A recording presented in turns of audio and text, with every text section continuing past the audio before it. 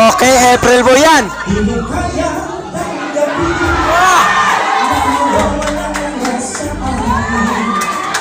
Napakasakit na marinig na ayaw na sa